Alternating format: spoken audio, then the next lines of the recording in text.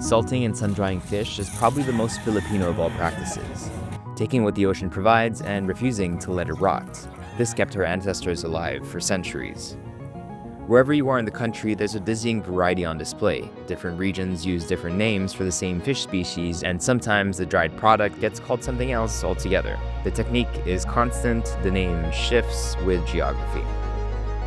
In Samar, just like everywhere else, tuyo is made by cleaning, salting, and drying fish in the sun. But we encountered a technique not often seen elsewhere.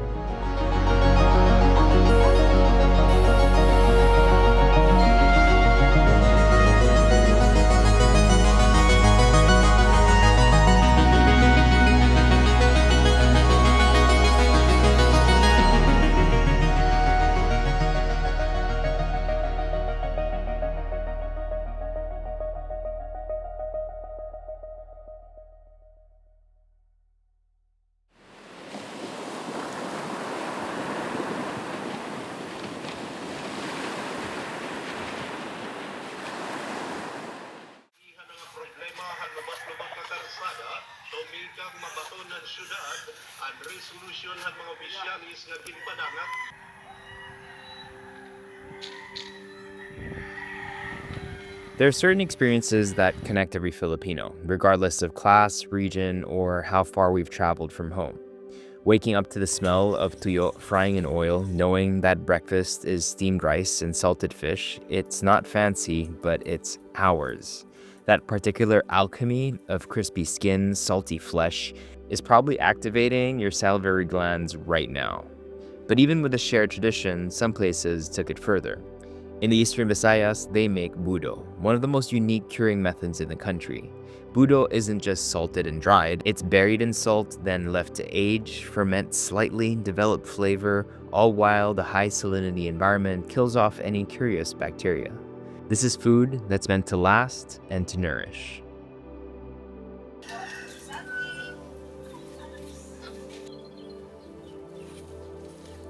"36 years na ako gumagawa ng tuyo, kami na mag-asawa. Tapos, yung anak ko tumutulong din sa amin. Gumagawa, kagaya kay Mabel, si Renzi. Tas naghanap din kami ng mga tauhan para tumutulong din.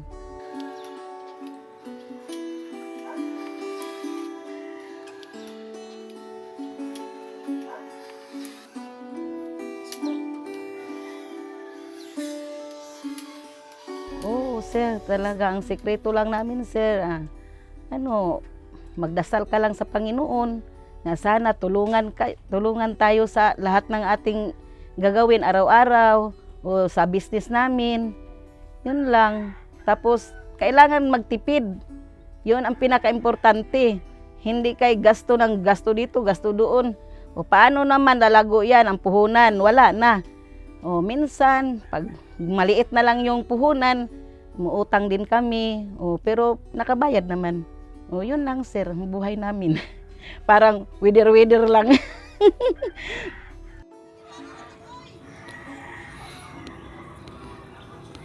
Kahit mahirap ang buhay, nakaka-proud din kasi nakabili sila sa amin. Nakaulam sila sa araw-araw. Tapos yung tuyo namin, masarap kasi matabang. Nakaka-proud din yung gawain namin. Dito sa Barangay Bislig, halos lang kami dito magkamag-anak. Sa side ng asawa ko, yung mga kapatid niya, ganito din ang ginagawa. Nagawa ng tuyo, budo. Tapos yung mga pinsan niya, halos ganun din ang mga trabaho. Pag may problema, minsan tumutulong. Pag may dumating na isda, minsan din naghati-hati para may gagawing tuyo. Yun lang, sir.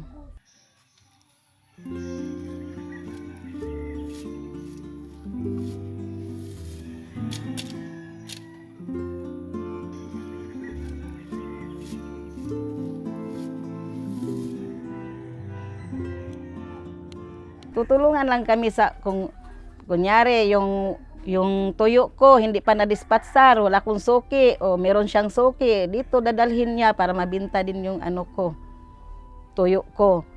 Pag ako naman may suki, tapos wala ako niyan, wala akong tuyo, dadalhin ko din sa kanila. Para din mabinta din yun. Yan lang, tulungan namin dito.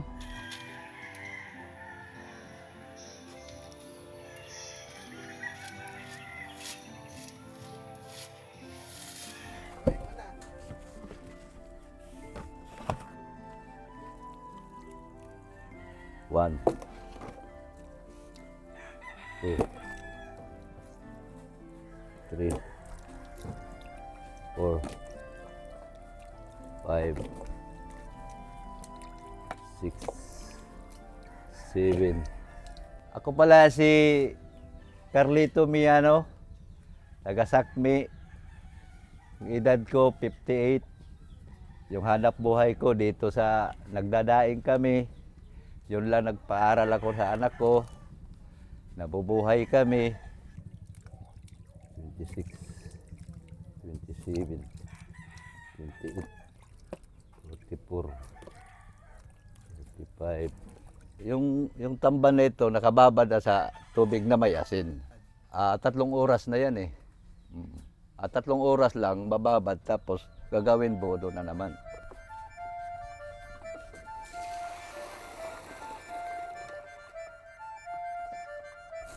Para gagamitin pagbodo. Lagayan. Kasi pagdating doon sa nagbibili ng bodo, hindi na hugasan yan. Diretso na ihawin ba, piperituhin ba, okay lang yan.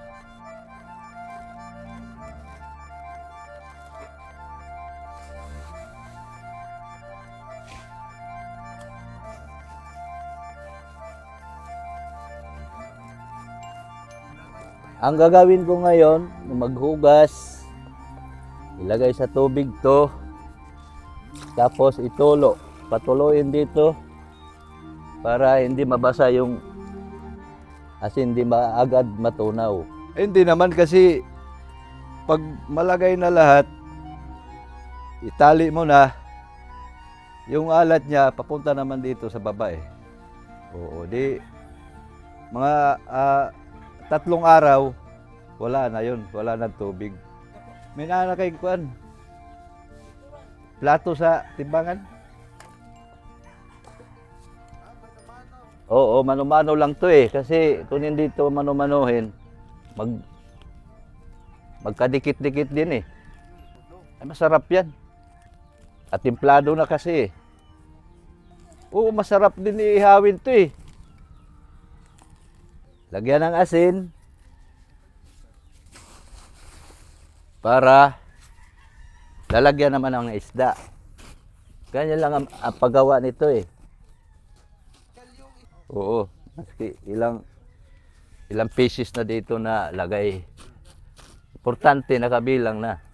Halimbawa ito, ginawa ko ngayon. Bukas ng umaga, okay na, maluto na ito. Oo.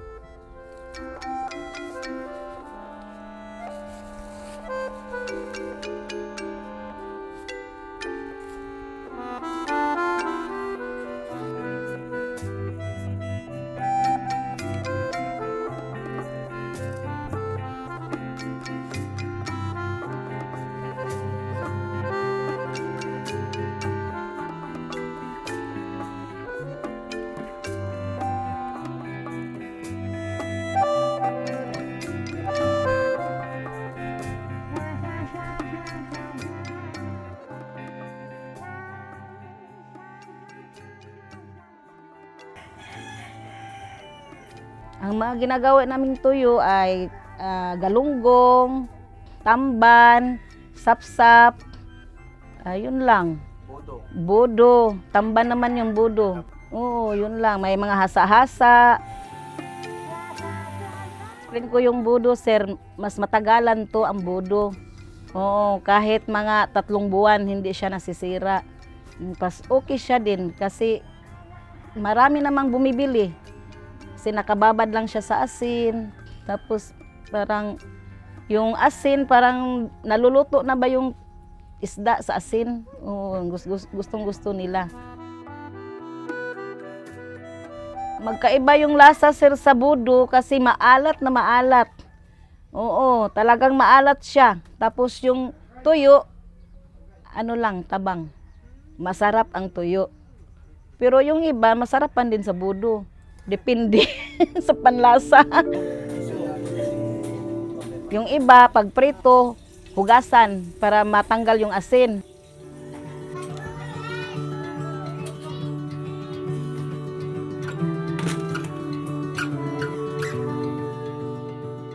O pag ihaw naman, hindi natatanggalan yung asin.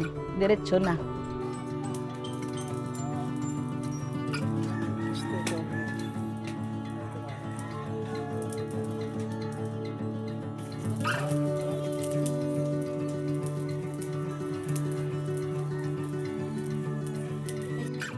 Pag nag-senior na kami, sir, hinto na kami.